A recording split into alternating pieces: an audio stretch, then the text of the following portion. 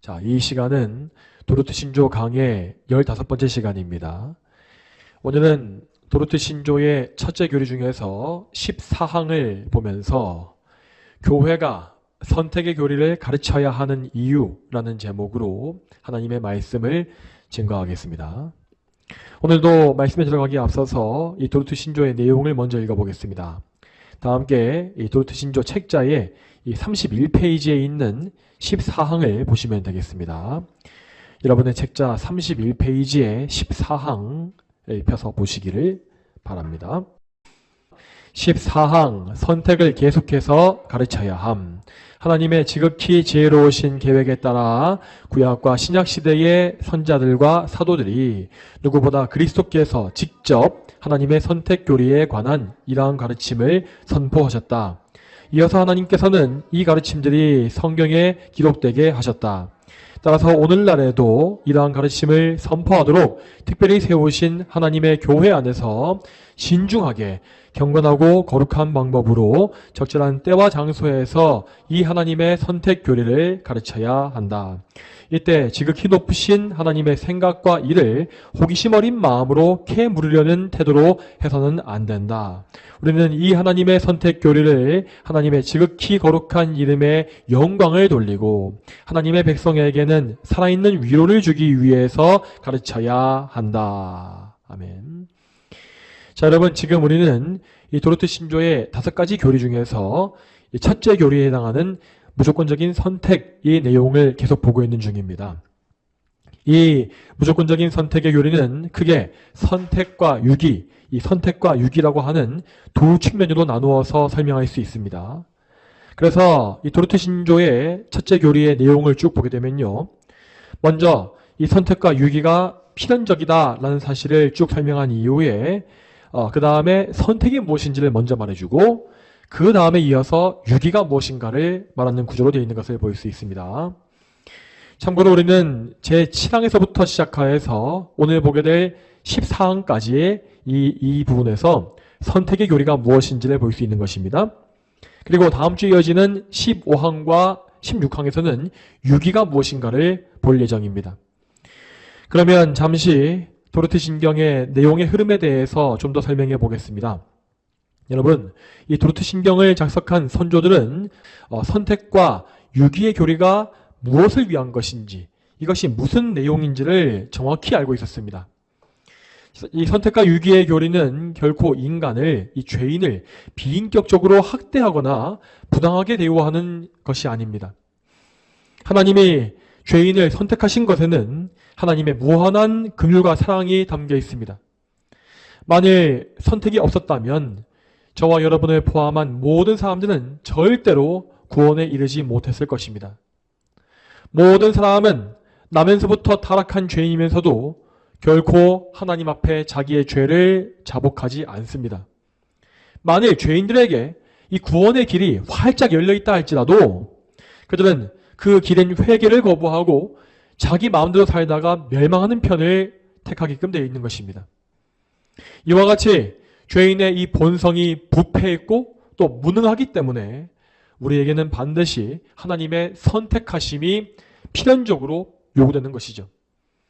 하나님은 아무 자격이 없는 죄인들 가운데서 당신의 뜻대로 구원할 자를 택하셨고 그들을 전적인 은혜로서만 구원하시는 분입니다. 하나님은 이 은혜 가운데 이 죄인들 안에서 완전히 새로운 본성을 창조하시어서 그들을 하나님께 나오도록 인도하시는 것입니다. 이러한 은혜가 없으면 죄인은 결단코 구원받지 못하는데 이 모든 은혜는 오직 하나님의 선택하신 자들 안에서만 베풀어지게 되어 있습니다. 자, 그러므로 우리 선조들은 이 선택교리의 당위성을 충분히 설명함으로써 죄인의 반항심을 굴복시키고 하나님의 긍휼하심을 밝히 드러냈습니다. 그것이 바로 1항에서부터 13항까지 우리가 보아봤던 내용입니다. 그리고 이렇게 선택교리를 다 설명해 준 이후에 이 신조의 저자들은 오늘 우리가 읽은 14항을 가르치고 있는 것입니다. 여러분, 우리가 읽었던 14항, 오늘 이 교리의 내용이 무엇이었습니까? 그것은 선택을 계속해서 가르쳐야 한다라는 가르침이었습니다. 자, 그런데 사실 어떤 이 성경의 교리를요, 이것을 계속 가르쳐야 한다라는 말은 너무나 당연한 말로 들리지 않습니까? 그런데도 왜 이 도르트 신경의 저자들은 이 당연한 말을 이 14항에 굳이 덧붙인 것이겠습니까? 자, 그 이유는 선택 교리에 대한 이 죄인들의 심각한 반감 때문이라고 말할 수 있습니다. 역사적으로 선택의 교리는 계속해서 반복하여 죄인들의 반발에 부딪혀 왔습니다. 이 도르트 신경이 작성되었던 역사적 배경에서도 아르미니안주의자들이 개혁신학에 대해 가장 극심하게 공격했던 그 부분은 바로 이 선택과 예정에 대한 교리였습니다. 그래서 이 도르트 신경의 순서는 첫 번째, 맨 처음의 교리로 무조건적 선택을 배치해 놓은 것입니다. 또한 그때 이후에 교회사 속에서도 아르미니안주의자들은 계속해서 개혁신학의 선택과 예정에 대한 공격을 이어왔고 지금 현재까지도 그 공격을 계속하고 있습니다. 그리고 그 공격은 앞으로도 계속될 것입니다. 또한 여러분, 굳이 이렇게 신학을 배우지 않더라도 인간의 본성은 이 선택의 교리에 대해서 기본적인 반감을 느끼게끔 되어 있습니다. 자, 당연히 이러한 이 총체적인 공격 속에서 선택 교리를 계속 강조하고 가르치는 것, 이것은 결코 쉽지 않은 일입니다. 바른 신학과 바른 신앙을 지키는 성도들도 결국은 인간이기 때문에 진리의 싸움을 싸우다 결국은 지쳐서 선택을 가르치지 않는 쪽으로 기울어 갈 수가 있다라는 것입니다. 또한 여기서 한 발 더 나가 보겠습니다. 한 발 더 나가서 우리가 선택뿐만 아니라 유기, 하나님이 누군가를 버리신다라고 하는 교리를 말하게 되면요. 그러면 이것을 듣는 죄인들은 더더욱더 분노와 반감을 폭발시키는 것을 볼 수 있습니다. 그래서 개혁주의권 내에서 선택 교리를 인정하는 사람들조차도 유기의 교리를 말하는 것은 대단히 꺼려하는 경우가 있는 것을 볼 수 있습니다. 사실 이 유기의 교리라고 하는 것은 특별한 것이 아니라 선택이란 것이 있기 때문에 필연적으로 나올 수밖에 없는 교리입니다. 그러니까 하나님이 구원하시기로 택하신 사람이 있다면 당연히 택하지 않으신 사람도 있다라는 것입니다. 이처럼 선택받지 못한 상태를 우리는 유기라고 칭하는 것인데 이는 어디까지나 인간의 죄에 대한 하나님의 공의를 보여주는 성경의 진리요 또 교리입니다. 자, 여러분, 이 선택과 유기의 교리는 그 정의가 너무나 명확하고 논리정연합니다. 자, 이에 대해서 한번 말해보겠습니다.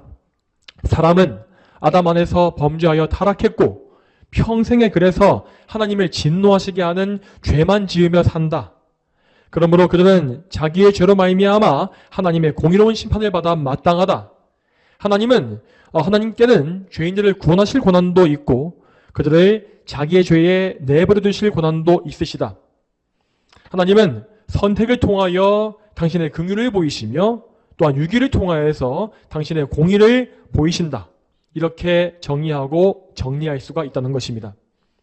자, 이렇게 이 정의가 명확함에도 불구하고 많은 사람들은 하나님의 공의로운 심판을 가리켜서 억지로 부당하고 잔인한 것이라고 주장을 합니다. 이것은 참된 성도를 제외한 모든 죄인들의 공통적인 주장입니다. 그래서 다시 말씀드리지만 성경의 교리를 바르게 선포하는 교회들은 항상 이러한 세상의 대적들의 공격에 충돌할 수밖에 없습니다. 그 적대 세력에는 이 세상만 있는 것이 아니고 성경의 진리를 부인하는 배도한 교회들도 다 거기에 포함되어 있습니다. 이처럼 참된 교회들은 같은 기독교계 안에 있는 다른 교회들의 그 심한 비판과 공격도 받아내야 하기 때문에 더더욱더 많은 어려움을 당하게 됩니다.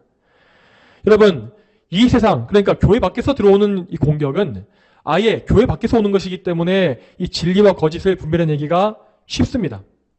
하지만 이 기독교계, 교회 안에서 들어오는 공격은 항상 이 진리와 거짓이 뒤섞여 있기 때문에 그 중에서 진리를 구별해서 지켜내기가 매우 어려운 것이죠. 그래서 우리 선조들은 이러한 어려움에 대처하기 위하여 이 선택과 유기교리의 정중앙에 이 14항의 내용을 삽입해 넣는 것입니다. 여러분, 선택과 유기는 둘 다 가르치기가 쉽지 않은 교리임에 분명합니다. 그러나 교회는 이 모든 성경의 진리를 이것을 진리로 믿고서 꾸준히 반복적으로 가르쳐야 합니다. 설령 그것이 많은 죄인들의 반발을 사고 심지어 많은 죄인들을 걸려 넘어지게 하는 어려운 말씀이라 할지라도 성경이 그것을 진리라고 선포하고 있다면 우리는 그러한 반대 세력에 굴하지 아니하고 진리를 선포해야 하는 것입니다. 하지만 우리는 이렇게 꿋꿋이 진리를 선포하는 중에서도 항상 그 안에 담겨있는 하나님의 뜻이 무엇인지를 생각해야 합니다. 여러분, 물론 하나님은 모든 진리를 가감없이 담대하게 선포하는 것을 원하십니다. 하지만 동시에 하나님은 모든 진리가 신중함과 경건함으로 시의적절하게 전해지기를 원하십니다. 특히 선택과 유기의 교리와 같이 죄인들이 오해를 쉽게 하고 반감을 심하게 가지는 이런 교리에 대해서 우리는 이것을 가르칠 때에 하나님의 지혜를 더 많이 구해야 합니다. 우리가 선포하는 이 진리가 죄인을 돌이켜서 회개하게 하여 열매를 맺게 할 수 있도록 하나님께서 모든 은혜와 모든 지혜를 더해 주시기를 늘 간구하며 이 교리를 가르치고 배워야 한다는 것입니다. 자, 그러면 이제부터 14항의 내용을 처음부터 끝까지 차례대로 보겠습니다. 자, 이 14항의 내용을 보시게 되면 이 내용은 크게 세 부분으로 나누어 볼 수 있습니다. 먼저 첫 번째 부분은 여러분의 책자에서 내용의 첫째 줄부터 넷째 줄까지입니다. 먼저 이 부분에 대해서 제가 다시 한번 읽어보고 내용을 하나하나 보겠습니다. 제가 읽어보겠습니다. 처음부터 읽겠습니다. 하나님의 지극히 지혜로우신 계획에 따라 구약과 신약 시대에 선지자들과 사도들이 누구보다 그리스도께서 직접 하나님의 선택 교리에 관한 이러한 가르침을 선포하셨다. 이어서 하나님께서는 이 가르침들이 성경에 기록되게 하셨다 하였습니다. 이 문장에 나와 있는 내용과 같이 선택의 교리는 구약과 신약 시대, 이 역사 전체에서 두루 선포되어 왔던 진리입니다. 그리고 이 진리는 하나님의 섭리로서 이 성경에 기록되어 영원히 보존되었죠. 자, 그러면 이에 대해서 먼저 구약 성경의 기록을 살펴보겠습니다. 여러분, 하나님은 이 먼 옛날 이 노아의 시대에 사람들에게 가득했던 죄와 그들의 악한 계획을 보셨다라고 했습니다. 그 당시 사람들의 죄악상이 얼마나 극심했던지 창세기 말씀을 보게 되면 하나님께서 사람 만드신 것을 후회하시고 마음으로 슬퍼하셨다라고까지 기록되어 있는 것을 볼 수 있습니다. 그래서 하나님은 이 지면의 모든 사람과 생물에 대해서 그 죄에 대한 심판을 선포하십니다. 그러나 그 심판은 결코 이 인류의 마지막이 아니었습니다. 하나님은 모든 인류 중에서 노아를 택하셔서 그를 통해서 이 구속의 역사가 계속 이어지게 하십니다. 이에 대해서 성경은 이렇게 말하고 있습니다. 창세기 6장 8절 말씀에 그러나 노아는 여호와께 은혜를 입었다 하였습니다. 창세기 6장 8절 말씀입니다. 여러분, 이 말씀은 분명히 노아가 하나님의 택하심을 입은 성도임을 드러내고 있는 말씀입니다. 또한 이 노아의 시대가 지나간 이후에 하나님은 당신의 이 백성, 선민을 세우시기 위한 계획을 실행하십니다. 그 계획을 위해서 선택된 사람은 갈대아 우르에 있었던 아브라함이었습니다. 그런데 이 아브라함은 애초에 하나님과 전혀 관계가 없었던 죄인 중에 한 명에 불과했습니다. 그러나 하나님은 아무런 조건이 없이 아브라함을 택하시고 부르셨고 그에게 영원한 언약을 주셨으며 그를 모든 믿는 자들, 이 성도의 조상으로 삼으십니다. 이와 같이 아브라함을 부르신 이 사건은 우리가 지금 보고 있는 무조건적인 선택의 교리를 정확히 드러내 보여주고 있는 이 성경 말씀이라고 하겠습니다. 그리고 아브라함 이후에 이어진 이 족장들의 역사는 계속해서 하나님의 선택과 유기를 보여주고 있습니다. 하나님은 여종의 아들인 이스마엘이 아니라 사라의 아들인 이삭을 택하셨고 에서와 야곱 쌍둥이 중에서는 야곱을 택하십니다. 특히 에서와 야곱에 대해서 하나님은 그들의 출생 전부터 선택에 대한 말씀을 주셨는데 그 말씀은 곧 큰 자가 작은 자를 섬길 것이다 라는 이 말씀으로 나타났습니다. 이렇게 하심으로써 하나님은 야곱을 택하셨는데 이것은 야곱 그 자신의 의로움과는 아무런 관계가 없는 선택이었습니다. 우리가 아는 바와 같이 야곱은 참으로 교활한 성품을 가진 사람으로서 형을 속여먹고 장자의 권리를 빼앗는 등의 여러 악행을 일삼았습니다. 자, 이러한 야곱의 이 악행, 거짓말과 이 괴계, 이러한 악행은 에서의 죄에 비교했을 때 전혀 낫다고 할 수가 없죠. 이처럼 야곱에게는 하나님의 은혜를 입을 만한 조건이 전혀 없었지만 하나님은 그럼에도 불구하고 조건이 없이 그를 선택하시어서 이스라엘 12지파의 아버지로 삼으신 것입니다.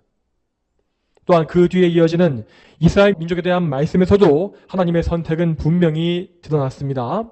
자, 이에 대해서 신명기의 말씀을 같이 보시겠습니다. 신명기 7장 7절과 8절 말씀 같이 한번 읽어보겠습니다. 신명기 7장 7절과 8절 말씀 같이 한번 읽어보겠습니다. 여호와께서 너희를 사랑하시고 너희를 택하신 것은 너희가 다른 민족들보다 수가 더 많아서가 아니라 오히려 너희가 모든 다른 민족 가운데 수가 가장 적으나 여호와께서는 너희를 사랑하셔서 너희의 조상에게 하신 맹세를 지키시려고 강한 손으로 너희를 이끌어내셨으며 종으로 있던 집 곧 이집트 왕 바로의 손에서 너를 구속하셨다. 아멘.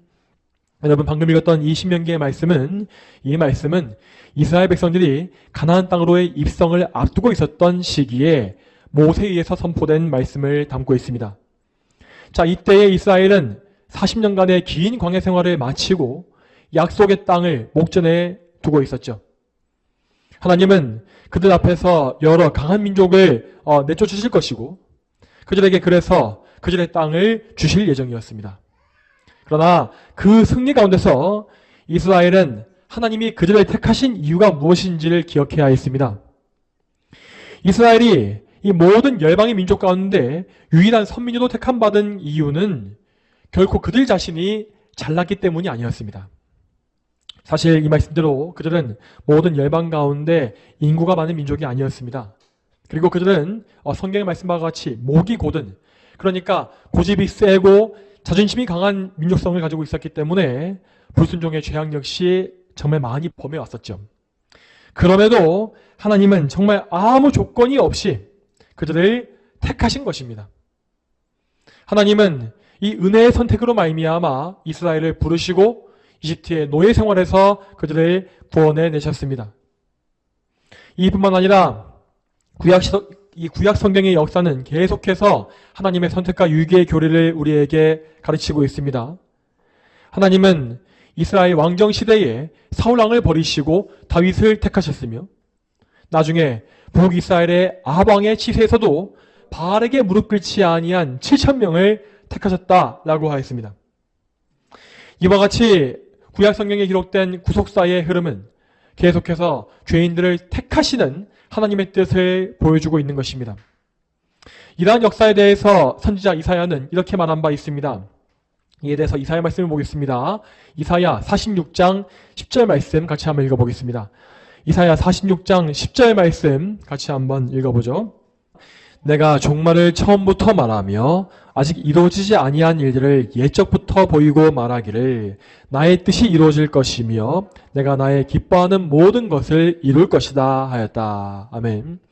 여러분, 이 말씀과 같이 하나님은 창세 전에, 그러니까 이 세상이 시작하기 전부터 모든 일을 계획하신 분으로서 세상의 시작과 종말을 뜻대로 이루어 가시는 분입니다.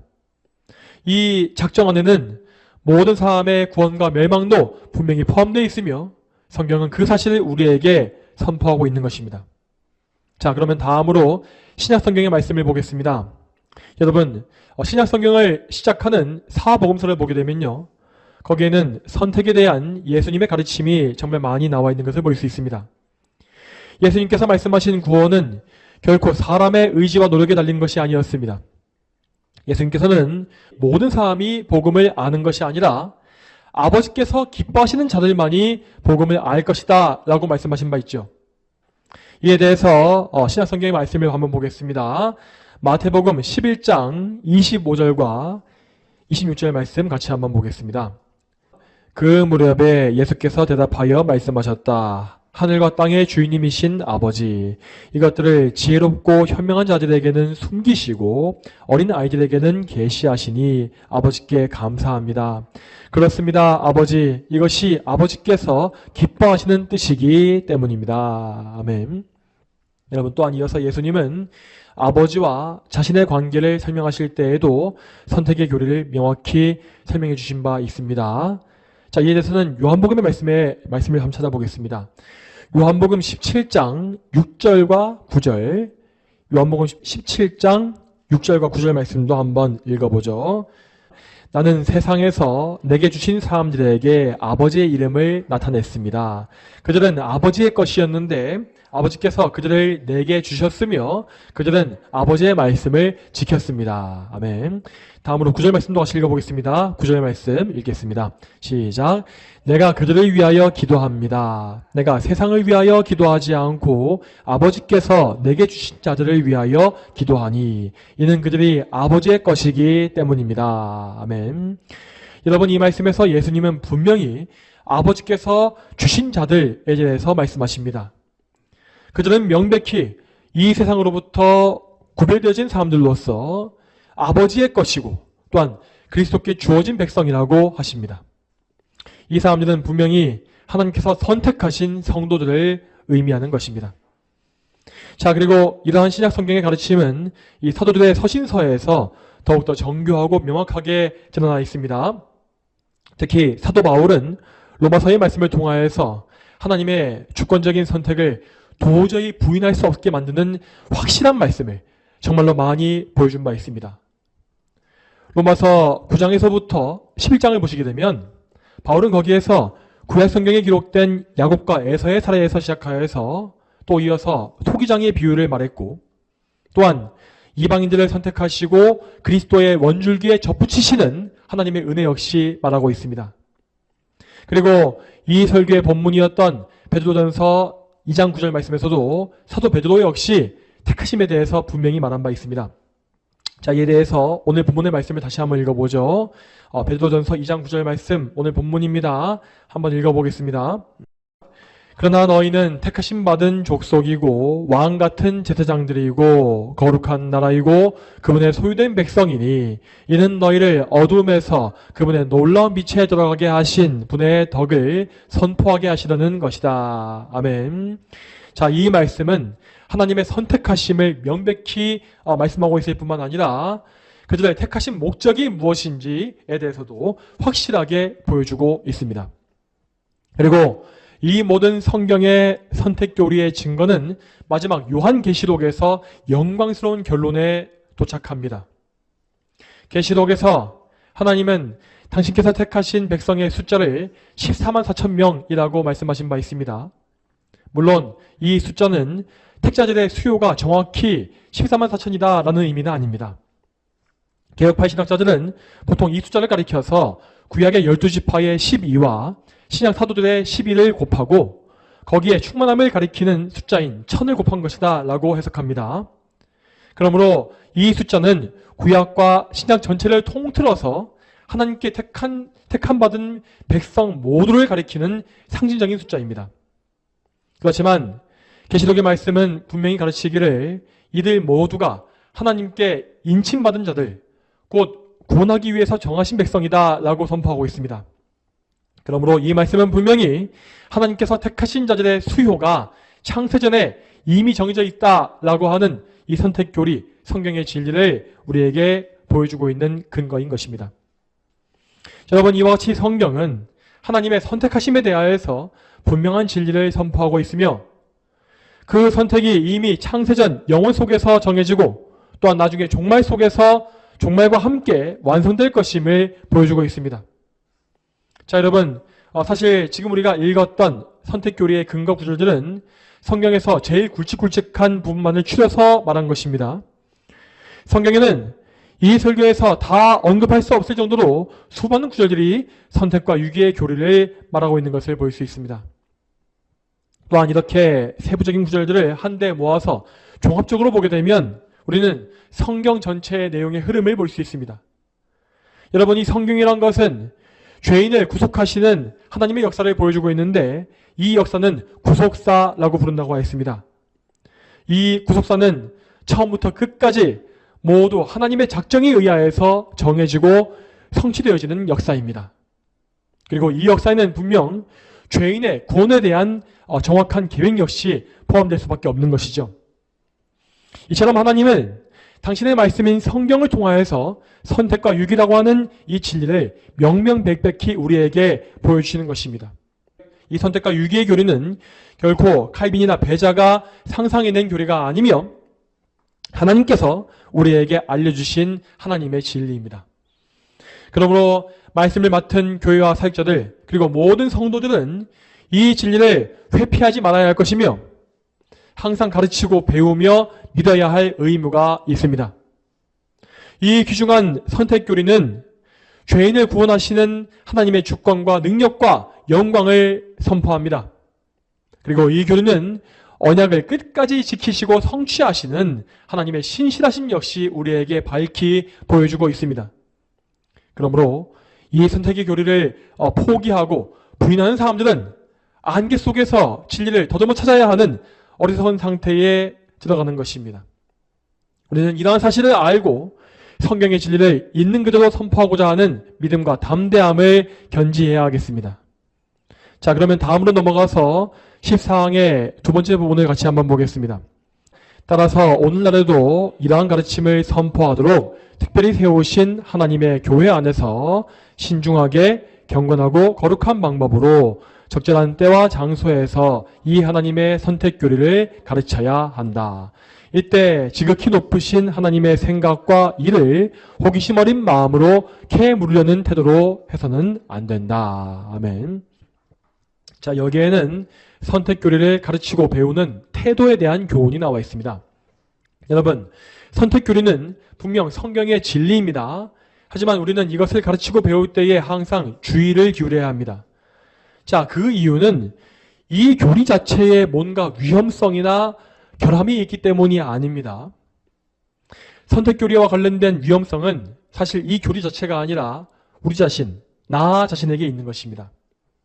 여러분, 우리의 옛 본성은 아주 고집스럽게 이 선택의 교리를 악용하곤 하는데 그것은 우리의 의를 드러내고 불신자들을 저주하는 것입니다. 말하자면 예수님 당시에 바리새인들이 그랬듯이 나 자신을 하나님의 택하심을 입은 특별한 백성으로 포장하고 반대로 악을 행하는 사람들을 버림받은 사람으로 확정지어버리는 그러한 태도가 우리 안에 있다는 것입니다. 하지만 성경은 절대로 이러한 태도를 우리에게 가르치지 않습니다. 예수님은 선민의식에 빠져 있었던 바리새인들을 정말 무섭게 책망하신 분이었습니다. 이처럼 하나님은 우리의 교만함을 정말로 미워하시며 우리가 모든 면에서 하나님 앞에 겸손하고 온유하기를 원하십니다. 그러므로 우리는 선택의 교리를 말할 때마다 항상 성경의 교훈과 선조들의 가르침에 유의해야 할 것입니다. 이에 대해서 오늘 교리를 천천히 보게 되면 이 선택의 교리는 먼저 신중하게 그리고 적절한 때와 장소에서 가르쳐야 한다라고 말하고 있습니다. 자, 신중하게 그리고 적절한 때와 장소에서 라고 하였습니다. 자, 이것은 먼저 이 교리를 배우는 사람의 영적 상태를 분별해야 한다라는 교훈입니다. 여러분, 선택교리는 분명한 성경의 진리입니다. 하지만 이것은 절대 이 불신자에게 혹은 초신자에게 최우선적으로 가르쳐야 하는 교리는 아닙니다. 여러분, 불신자들이나 믿음이 약한 초신자들은 먼저 하나님의 계명과 그리스도의 십자가 복음에 대해서 충분한 말씀을 많이 듣고 먹어야 합니다. 그래야만 그들은 먼저 계명 앞에서 자기의 상태를 돌아보고 회개할 수 있으며 예수 그리스도의 복음을 들어서 십자가의 공로에 의지하는 믿음을 시작할 수 있는 것입니다. 이렇게 복음을 듣고 믿으며 충분히 이해한 이후에야 그들은 이 선택교리에 대해서도 이해하고 받아들일 수 있는 것입니다. 기독교 신앙의 기초를 닦지 못한 상태에서 이 선택교리는 오히려 혼란과 낙심을 일으킬 수 있고 심지어 격한 반감을 불러일으키는 경우도 많습니다. 그러므로 우리는 항상 이것을 듣는 자들의 상태를 분별하여서 그들에게 전할 말을 분별하는 신중함을 가져야 하겠습니다. 다음으로 선택교리는 경건하고 거룩한 방법으로 가르쳐야 한다라고 하였습니다. 자, 이 말은 선택교리를 가르치는 영적 원리에 대해서 말하고 있습니다. 여러분, 선택의 교리는 절대로 교리 지식 자체를 얻기 위해서 가르치고 배울 만한 것이 아닙니다. 이것은 사실 선택의 교리일 뿐만 아니라 다른 모든 교리를 가르칠 때에도 동일한 원리입니다. 여러분, 우리가 교리를 배우는 목적이 무엇이겠습니까? 그 목적은 항시 경건과 거룩함에 있습니다. 이 교리를 온전히 믿고 먼저 나 자신에게 적용함으로써 참된 경건을 얻는 것이 교리 공부의 목적인 것이죠. 선택의 교리는 우리가 구원받은 근거가 오직 하나님께 있다는 사실을 가르침으로써 우리의 심령을 겸비하게 하고 하나님의 은혜에만 의지하게 만듭니다. 그리고 이 교리는 우리를 택하신 하나님께 감사와 찬송을 올리게 하고 우리가 거룩한 삶을 사는 것이 마땅하다라는 사실을 우리의 마음판에 각인시킵니다. 따라서 선택의 교리를 가르칠 때에 차가운 심령을 가지고 무슨 대학교 수업을 하듯이 가르치는 것은 전혀 합당한 것이 아닙니다. 이 교리는 그것을 가르치는 자와 듣는 자 모두가 하나님을 향하여 살아있는 심령을 가지고서 참된 믿음과 사랑과 사모함을 가지고 배우고 적용해야 하는 것을 기억해야 합니다. 자, 그리고 이러한 의미에서 이 교리를 그저 지적 호기심에 의해서 탐구하고 질문하는 것 역시 절대 합당한 일이 아닙니다. 하나님의 진리는 우리의 호기심이나 지적인 욕구를 만족시키기 위해서 존재하는 것이 아닙니다. 그런데 어떤 사람은 교회 안에서 마치 철학이나 과학을 탐구하는 것 같은 태도로 성경의 진리를 사변적이고 경솔하고 무례하게 대하는 경우를 많이 볼 수 있습니다. 자, 그러한 사람들은 자기의 실제적인 경건이나 거룩에 대해서는 관심이 없습니다. 그리고 마치 지식을 더 아는 것, 지식을 더 쌓는 것이 자기의 구원과 경건을 증명한다는 듯이 말하고 행동하는 것을 볼 수 있습니다. 여러분, 우리는 우리 자신에게 조금이라도 이러한 태도가 나오지 않게 해야 합니다. 우리는 항상 하나님과의 관계를 생각해야 하며 그리스도를 믿음으로써 하나님께 영광과 찬송을 올리는 일에 우리의 마음을 집중해야 할 것입니다. 자, 그리고 이런 태도의 문제는 결국 선택교리의 궁극적인 목적으로 이어지게 되어 있습니다. 이 목적에 대해서 14항의 마지막 세 번째 부분을 같이 한번 보겠습니다. 우리는 이 하나님의 선택교리를 하나님의 지극히 거룩한 이름의 영광을 돌리고 하나님의 백성에게는 살아있는 위로를 주기 위해 가르쳐야 한다. 아멘. 자, 이 문장에는 선택교리를 가르치는 두 가지의 목적이 명확히 드러나 있습니다. 우리는 먼저 선택교리를 가르침으로써 하나님의 지극히 거룩한 이름의 영광을 돌려야 합니다. 앞에서 말한 바와 같이 선택교리는 우리에 대한 하나님의 절대적인 주권을 선포합니다. 우리의 구원과 영생은 결코 우리 자신에게 달려있는 것이 아니며 오직 하나님의 선하신 뜻에 달려 있습니다. 그러므로 우리는 하나님 앞에 나 자신의 죄인됨을 알으면서 그분께서 마련해 놓으신 유일한 구원의 길로 달려가야 합니다. 그 구원의 길은 바로 예수 그리스도 한 분이십니다. 하나님은 당신께서 택하신 자들을 모두 그리스도께 주셨다라고 했습니다. 따라서 택함을 입은 모든 백성은 성령님의 인도하심을 따라서 그리스도를 믿게 되어 있으며 그리스도를 통하여서 거룩한 백성으로 구별되어지는 것입니다. 그러므로 우리는 선택의 교리를 배울 때에 우리가 이 선택의 은혜에 합당하게 하나님께 영광을 돌릴 수 있게 되기를 갈망해야 하겠습니다. 여러분, 우리가 택함받은 목적은 내가 천당에 들어가는 것에 있지 않습니다. 우리의 목적은 항상 하나님의 영광이며 또한 내가 천국에 들어가는 것까지 이것까지도 모두 하나님의 영광을 위해서인 것입니다. 그러므로 우리는 항상 나 자신의 영광과 유익을 추구하는 모든 생각과 마음을 십자가에 못 박고 우리 안에 그리스도의 형상을 이루게 해달라고 간구하는 삶을 살아야 하겠습니다. 마지막으로 선택의 교리는 하나님의 백성들에게 살아있는 위로를 준다라고 하였습니다. 여러분, 우리 참된 신자들은 누구든지 나 자신의 모습을 바라볼 때에 실망감과 불만족을 느낄 수밖에 없습니다. 성도들은 항상 나 자신의 죄를 애통해하며 어떻게 하여야 하나님을 기쁘시게 할 수 있을까를 염려하게 됩니다. 그런데 이렇게 경건한 근심이 깊어지게 되면 성도들은 자신의 상태 때문에 낙심하여서 기쁨과 평안을 잃는 경우가 생기기도 합니다. 자, 이러한 신자들, 이렇게 나 자신의 상태를 애통해하고 죄를 슬퍼하고 있는 신자들에게 선택교리는 깊은 위로를 주고 참된 평안과 안식을 회복해 줄 것입니다. 왜냐하면 이 선택교리는 하나님의 확고한 계획과 성도의 이 영광스러운 완성을 보여주기 때문이죠.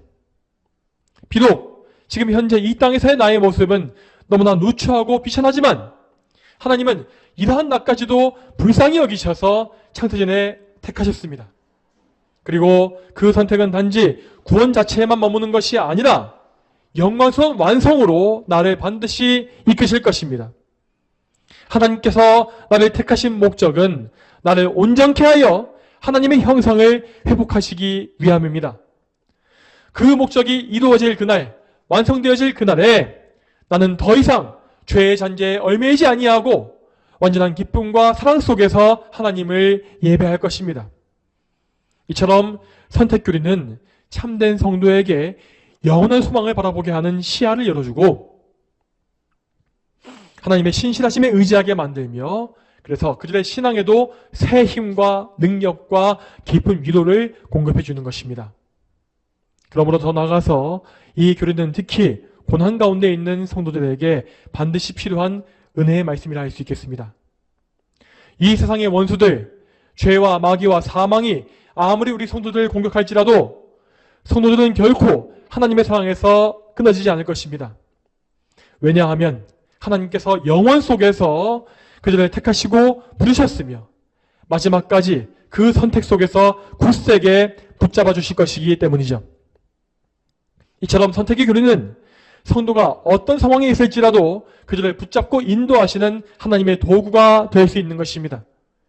우리는 성령 안에서 이 교리를 더 깊이 알아감으로써 더 겸손해지며 하나님께 더 많이 의지하고 복종하는 거룩한 성품을 소유할 수 있다는 것입니다. 저 여러분 모두가 이 교리를 통하여서 하나님께서 기뻐하시는 의의 열매, 거룩과 성화, 또 하나님께 의지하는 이 모든 열매를 많이 맺게 되기를 주님의 이름으로 축복합니다. 다 함께 기도하겠습니다. 하나님 아버지, 오늘도 선택교리의 결론, 이 선택교리를 가르쳐야 한다라는 이 가르침을 통하여 우리가 정말 이 선택의 교리를 어떻게 가르치고 배워야 하는지, 여기서 발견할 수 있는 위로가 무엇인지를 또한 보게 하심에 진심으로 감사합니다. 하나님, 항상 저희가 성경의 진리를 이 세상과 타협하지 않게 하시고 저희에게 진리로 인하여서 많은 손해가 있다 할지라도 그 희생을 모두 감수하면서까지도 하나님의 진리를 수호하고 끝까지 가르치고 배울 수 있는 그러한 주의 백성들이 다 되기를 소망합니다. 하나님, 이 가운데 항상 우리를 지켜주시고 보호하시며 우리의 힘과 능력으로는 절대로 끝까지 이 진리를 지킬 수가 없사오니 하나님의 오른손으로 저희를 붙잡으심으로 말미암아 저희가 그 은혜 가운데 끝까지 진리의 길을 갈 수 있도록 인도해 주시옵소서. 또한 저희가 진리를 가르칠 때에도 진리라는 명목으로서 사람들을 실족해 하는 그런 일을 하지 않게 하시고 항상 사랑과 온유함으로 하지만 담대함을 가지고 분별함을 가지고서 이 모든 진리를 가르칠 수 있도록 주여 도와주시옵소서. 그렇게 함으로 말미암아 저희가 항상 이 모든 진리를 통해서 하나님의 거룩한 열매를 맺고 하나님께 큰 영광을 돌릴 수 있게 해주시기를 간절히 소망하오며 이 모든 말씀 거룩하신 예수님의 이름으로 간절히 기도 올립니다. 아멘.